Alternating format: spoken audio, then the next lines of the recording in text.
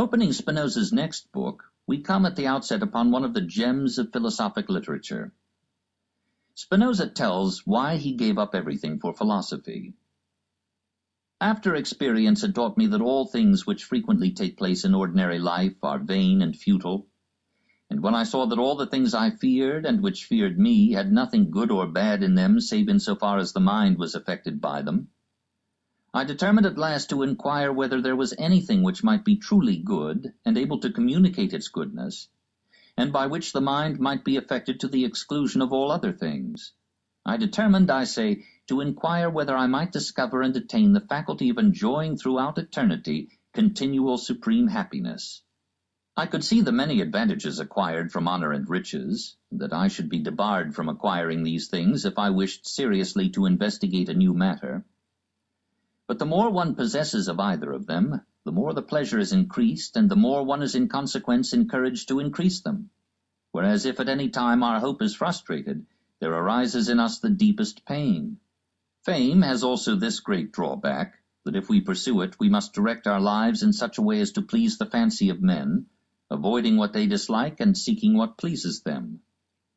But the love towards a thing eternal and infinite alone feeds the mind with a pleasure secure from all pain.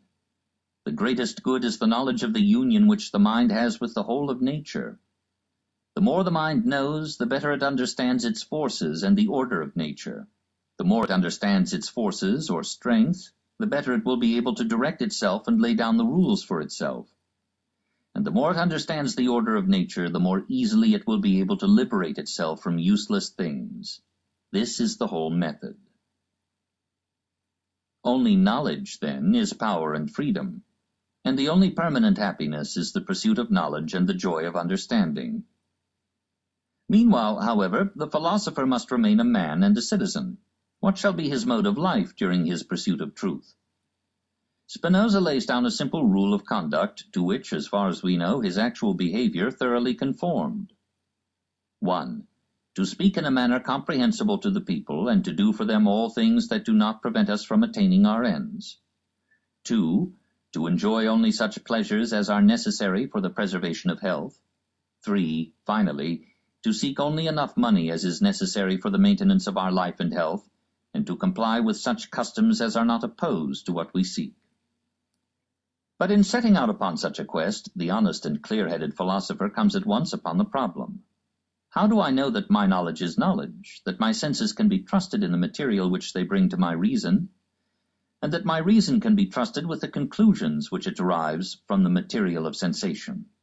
Should we not examine the vehicle before abandoning ourselves to its directions? Should we not do all that we can to perfect it?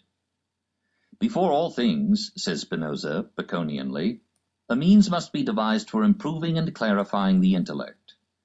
We must distinguish carefully the various forms of knowledge, and trust only the best. First, then, there is hearsay knowledge, by which, for example, I know the day of my birth.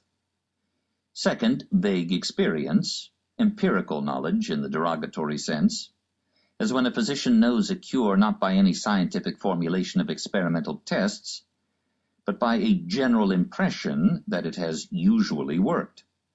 Third, immediate deduction, or knowledge reached by reasoning, as when I conclude to the immensity of the sun from seeing that in the case of other objects, distance decreases the apparent size.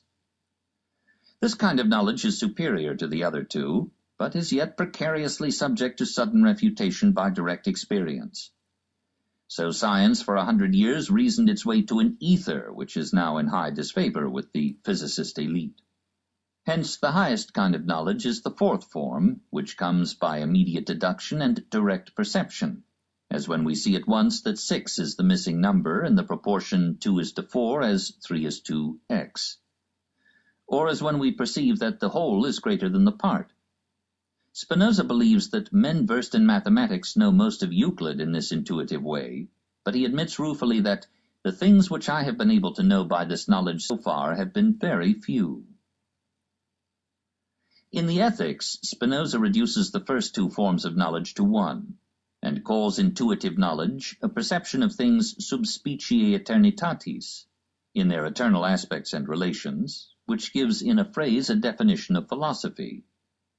Scientia intuitiva, therefore, tries to find behind things and events their laws and eternal relations. Hence Spinoza's very fundamental distinction, the basis of his entire system, between the temporal order, the world of things and incidents, and the eternal order, the world of laws and structure. Let us study this distinction carefully.